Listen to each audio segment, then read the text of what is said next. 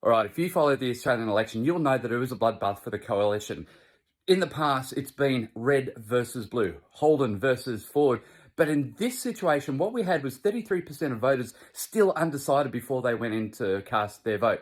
And there's a lot of lessons that we can learn from this as business owners to avoid a similar situation where you're trying to get traction, where you're trying to get your message out there and trying to make your business grow. Let's consider something like Netflix versus Disney and Paramount Plus and all Stan, all the other streaming services.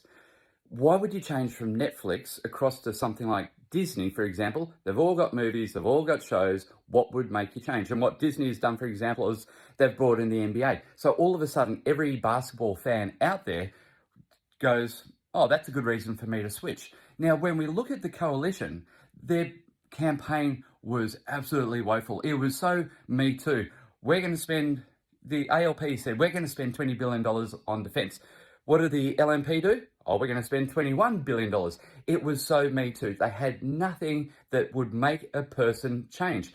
And, you know, to be honest, the ALP hasn't done a bad job in the last 3 years. I'm not an ALP voter, but what I certainly recognise is that the LNP, the coalition, gave no reason for that 33% of voters to switch. People are starting to get quite jaded with the big parties. It's so populist. You know, what can we do to sort of, you know, be popular? We want to be friends with everybody. They're just playing the popular vote, but it is absolutely getting them nowhere. And it's because they're not standing up for anything. They're not really sort of showing, well, here's a great reason why you need to change from us. And it also, you know, we have to look at the leadership of the LNP. The leadership was just very lackluster.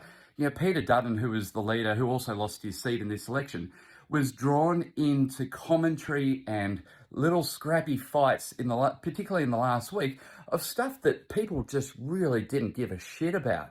You know, about The Voice and, you know, all these other little sort of scrappy things that the media dragged them into, but I think also the ALP dragged him into that. And they knew that it would detract from his campaign. And so when you get dragged into these little scrappy fights, it really starts to detract from what is the message that we're trying to get out there? What are our core values that we really stand for?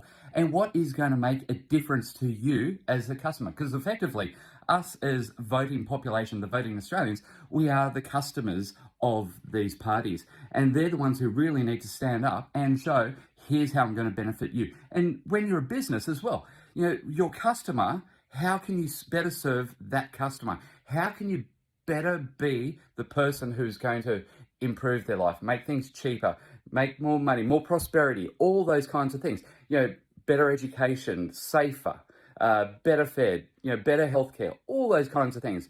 But the coalition failed to address these kinds of things. It's marketing 101. And this is where their campaign manager and just the way that they ran this campaign really needs to be highlighted, because it was absolutely terrible. But as a business owner, what you need to be doing is not trying to go and be the same as a bigger competitor. You need to focus on, how can I be different? What is it? What are those things? And if we look at Disney, bringing in the basketball, all of a sudden there's a lot of basketball fans in Australia who just go, oh, that's a good reason for me to switch. What did the coalition do? Absolutely nothing. They gave no reason for those 33% of voters who were still undecided to change and vote for them.